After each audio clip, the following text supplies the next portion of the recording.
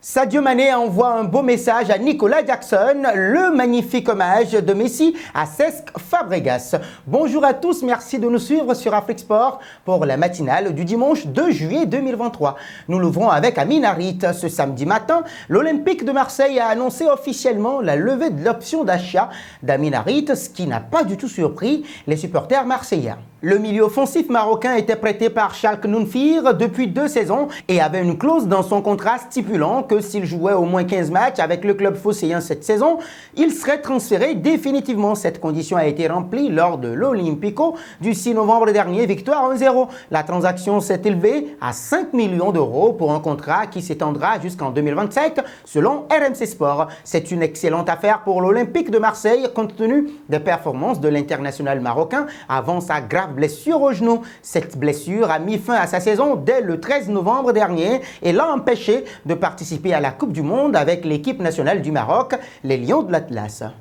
Autre Africain dans le dur, François Kamano, récemment revenu avec la manière en sélection guinéenne après avoir été écarté durant de longs mois, est un joueur libre. L'ailier gauche de 27 ans qui s'était révélé aux Girondins de Bordeaux entre 2016 et 2020 sort de 3 saisons pleines en Russie du côté du Lokomotiv Moscou. Cette saison, il a inscrit 3 buts en 28 rencontres. Lors de la dernière fenêtre du mercato hivernal, le FC Nantes avait manifesté son intérêt pour le natif de Conakry qui compte 32 buts dans sa carrière en Ligue 1 française. En attendant un éventuel retour des Canaries sur le dossier, l'ailier gauche de 27 ans est libre de discuter et de signer où bon lui semble. Parlons à présent de Victor Osimhen. L'attaquant de 24 ans est naturellement un fan de Diego Armando Maradona, la légende argentine ayant écrit les meilleures pages de l'histoire de l'équipe de Serie A. Le seul Africain meilleur buteur de la Ligue italienne avec 26 réalisations a rendu un hommage à l'Argentin. Victor Osimhen a posté des photos de lui portant le maillot Buitoni avec lequel le club italien a remporté son premier Scudetto. Il a porté le numéro 10 que l'Argentin portait à l'époque. L'ancien attaquant de Naples a marqué au moins 115 buts en plus de 250 matchs en compagnie. Diego Armando Maradona a permis aux Partenopei de décrocher leur premier Scudetto en 1986-87 et la Coupe d'Italie en 87. Un an plus tard, il a gagné pour eux la Coupe UEFA en 1989 puis un autre Scudetto en 1989-90 avant la Super Coupe d'Italie en 1990. Nous voici arrivés à l'instant quiz avec 3 indices pour connaître notre joueur mystère du jour. Premier indice, je suis un ailier de 26 ans. Deuxième indice, prêté, j'ai déjà joué en Ligue 1 française. Troisième indice, enfin, attention les amis à ne pas vous tromper, j'ai déjà évolué à Schalke 04.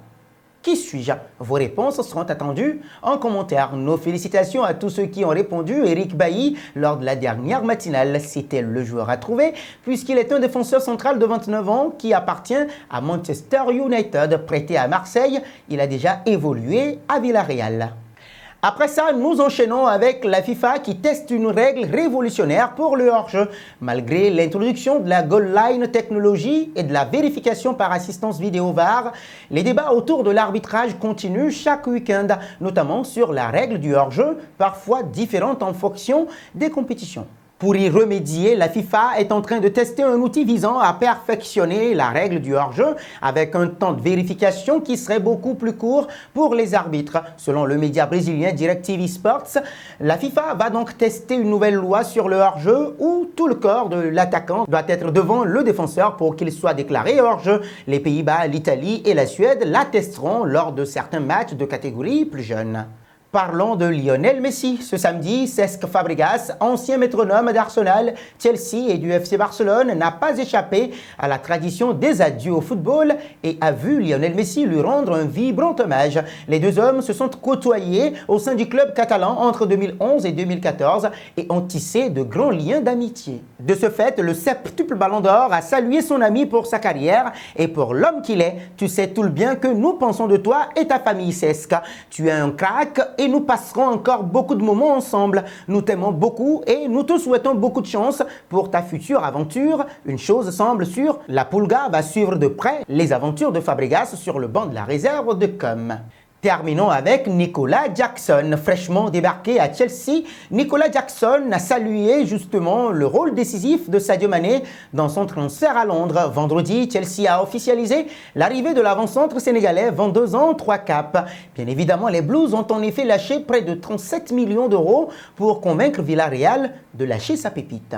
Dans une interview accordée pour le site internet de son nouveau club, le joueur formé à Casa Sport s'est confié sur les raisons de son choix. L'homme aux 13 buts en 47 apparitions avec le sous-marin jaune la saison dernière a surtout été guidé par son aîné en sélection Sadio Mané, 31 ans, 95 caps, 35 buts.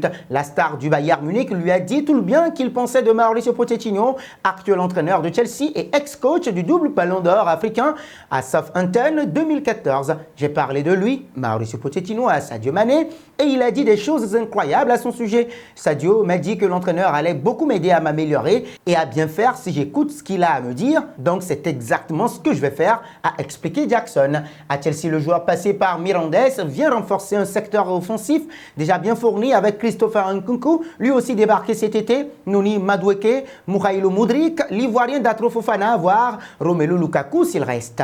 C'est la fin de ces informations matinales que nous refermons avec la question du jour. Pensez-vous que Nicolas Jackson va pouvoir s'imposer à Chelsea? Vos réactions seront très attendues en commentaire. Mais avant, n'hésitez pas à vous abonner sur Afrique-Sport et d'actionner la cloche de notification pour ne rien manquer des informations footballistiques.